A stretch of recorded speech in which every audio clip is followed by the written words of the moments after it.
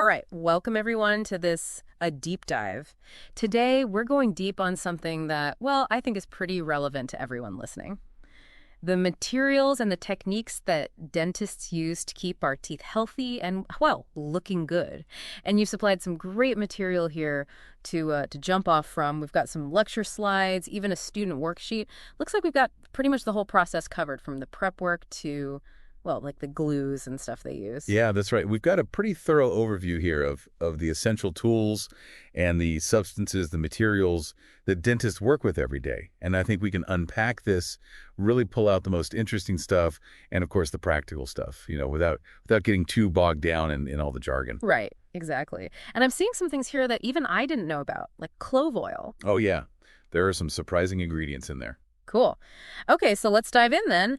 Looks like our sources start with what happens right after a cavity's prepped, talking about cavity varnishes and liners. So what exactly are these initial treatments all about? Well, think of them as kind of the first line of defense for the tooth once the cavity's been prepared.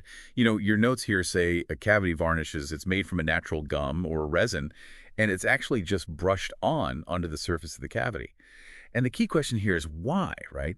And it's all about sealing these teeny tiny channels in the tooth. They're called dentinal tubules. Dentinal tubules. So these little channels, they have to be sealed. What's the big deal there? Well, just imagine those tubules, like these microscopic little straws leading right to the nerve of your tooth.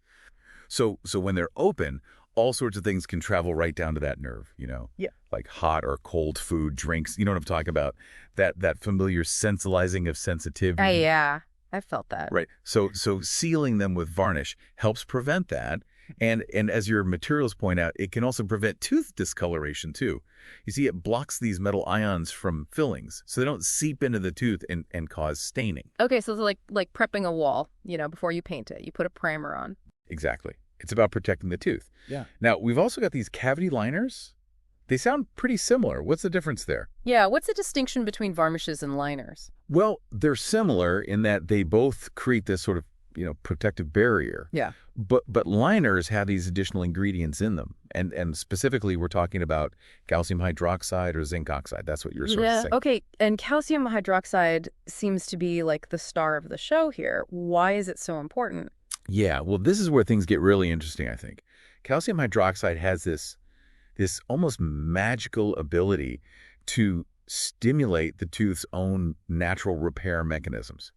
So when it's placed, deep down in that cavity, as close to the pulp as possible, and the pulp, that's the living tissue inside the tooth, it actually encourages the formation of something called secondary dentin. Secondary dentin. Yeah, think of it like the tooth laying down its own extra layer of protection, almost like a self-healing process. It's not just sealing it off.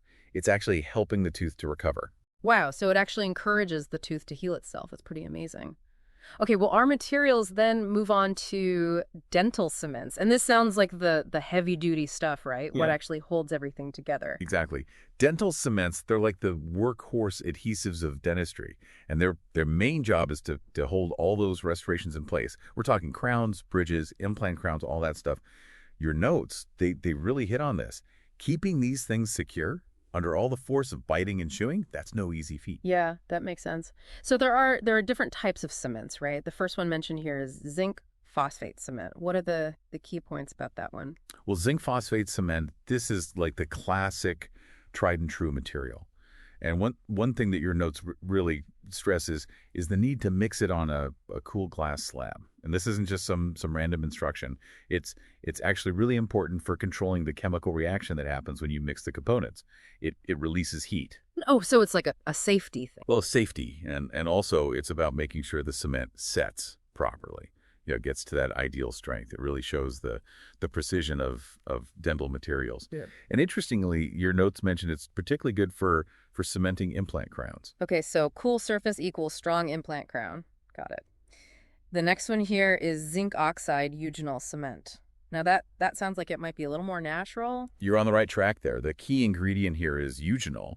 Yeah. And as your sources point out, that comes from clove oil. Yep. The same clove oil that's been used for, its soothing properties for ages. Huh, so it's in my spice rack too. Exactly. And because of that, zinc oxide eugenol is It's often used as a temporary cement. It's a little less irritating to the pulp, and it's great as a short-term solution. It's a cool little detail that shows how nature and science kind of come together in dentistry. It does, yeah. It's like, I don't know, I'm surprised to see so many kind of, I guess, everyday ingredients in here. Okay, so the last cement we have is glass ionomer cement. In your notes, they've got a whole list of benefits for this one. Yeah, glass ionomer cements, they're pretty remarkable. They're versatile and they have a lot going for them. One thing that's really important is that they chemically bond directly to both enamel and dentin. See, most dental materials rely on this mechanical retention, meaning they're held in place by the shape of the preparation. But this chemical bond, it creates a much stronger, more reliable seal, and that means less chance of leaks and a longer lasting restoration. Okay, so the chemical bond sounds like a big step forward. What else do they have going for them? Well, your notes also mention that they have high strength and low solubility. You've got to remember, the environment inside your mouth it's pretty harsh. You've got moisture, you've got all the forces from chewing. So that high strength, it means it can withstand all that stress without fracturing easily. And low solubility, that means it won't dissolve away over time. Plus, they have this low film thickness. Okay, film thickness. So what does that mean? Well, imagine you're trying to fit two puzzle pieces together perfectly. Right. You want them to match up exactly.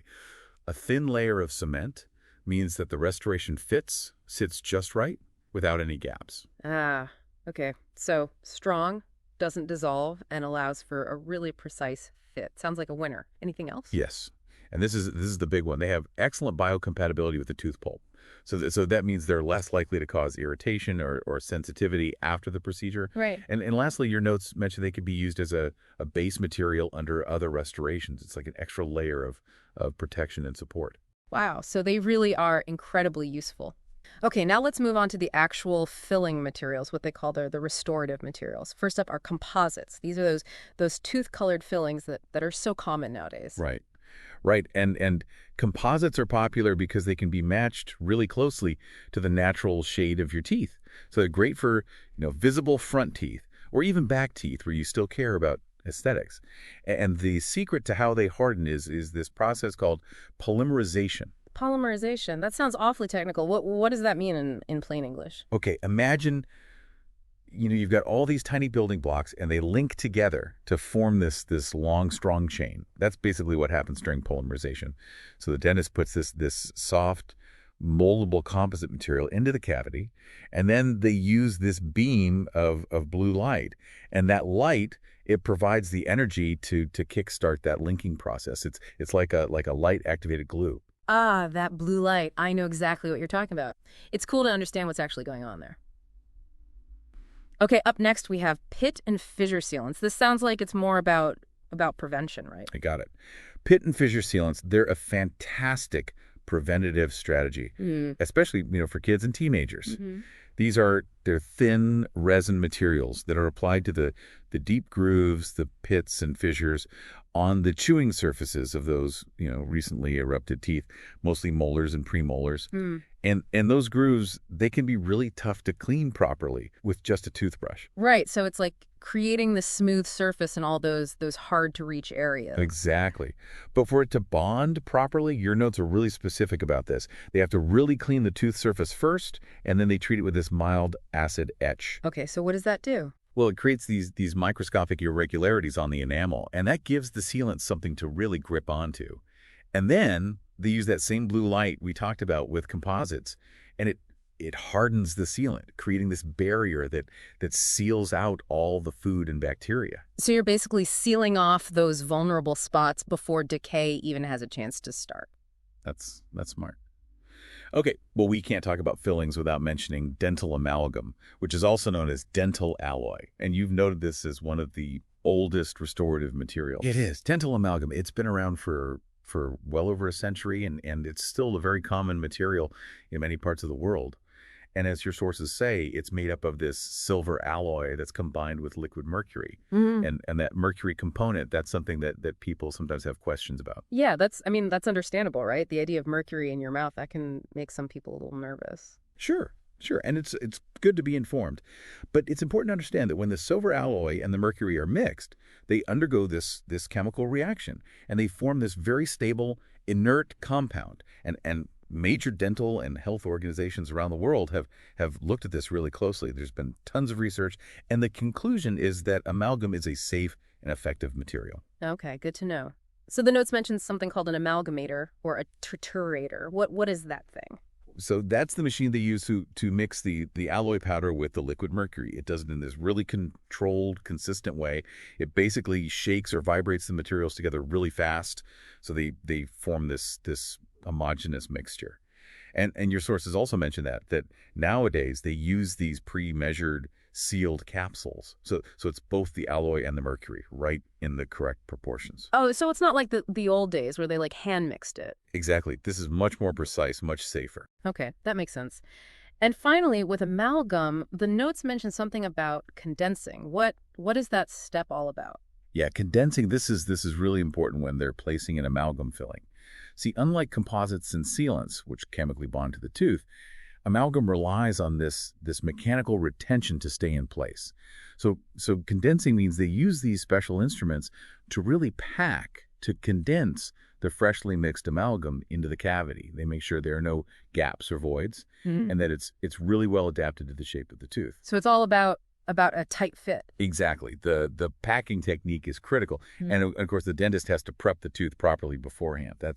That's also crucial for it to last. Interesting. It's really fascinating how different all these materials are and how they need like these different methods to be applied correctly. Okay, the last point in our materials is about using a dental dam, which is also known as a rubber dam. And this is to maintain a dry field, right? Seems pretty straightforward, but why is that so important? Well, it might just seem like a simple piece of rubber. But the dental dam, it's really important for a lot of dental procedures. It basically isolates the tooth or the teeth that they're working on. It keeps your tongue and lips out of the way, which means the dentist can see better. It stops you from swallowing any materials. And maybe most importantly, it creates this really clean, dry environment. So why is that dry environment so crucial? Well, a lot of the materials we've talked about, especially the composites and sealants, they're very sensitive to moisture. Even a tiny bit of saliva or even just the humidity from your breath can really weaken their bond to the tooth, and that can lead to the filling failing way too early. So it's about making sure it lasts as long as possible. Right. The dental dam provides that dry, uncontaminated field, and that's what ensures that the materials perform at their best. It might feel a little strange at first, but it makes a huge difference. Yeah, it makes sense. It's like you need a clean, dry surface for things to bond properly. This has been a really, really fascinating deep dive into the world of dental materials. It has. So to recap, we've looked at those initial protective layers, the cavity varnishes and liners, and we saw how they safeguard the tooth and even promote healing. We talked about all the different types of dental cements, the stuff that keeps our crowns and bridges in place.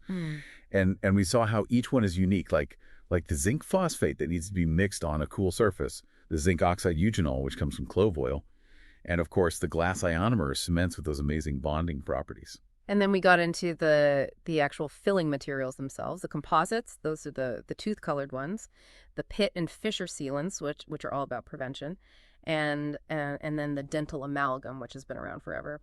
And lastly, of course, the dental dam and how important it is to keep everything dry. Exactly. Each one of these materials has its own special characteristics. Yeah. And it all plays a vital role in keeping your mouth healthy. It's way more complex than just, fillings and crowns. Yeah, it definitely gives you a whole new perspective on what's going on in that dental chair. And it makes you think, what kind of cool new materials will they come up with next, right? What's the future of dental restoration? How can they make things even better for our health and for our comfort? That's something to ponder. Anyway, thanks for joining us for this deep dive, everyone. Thanks for listening.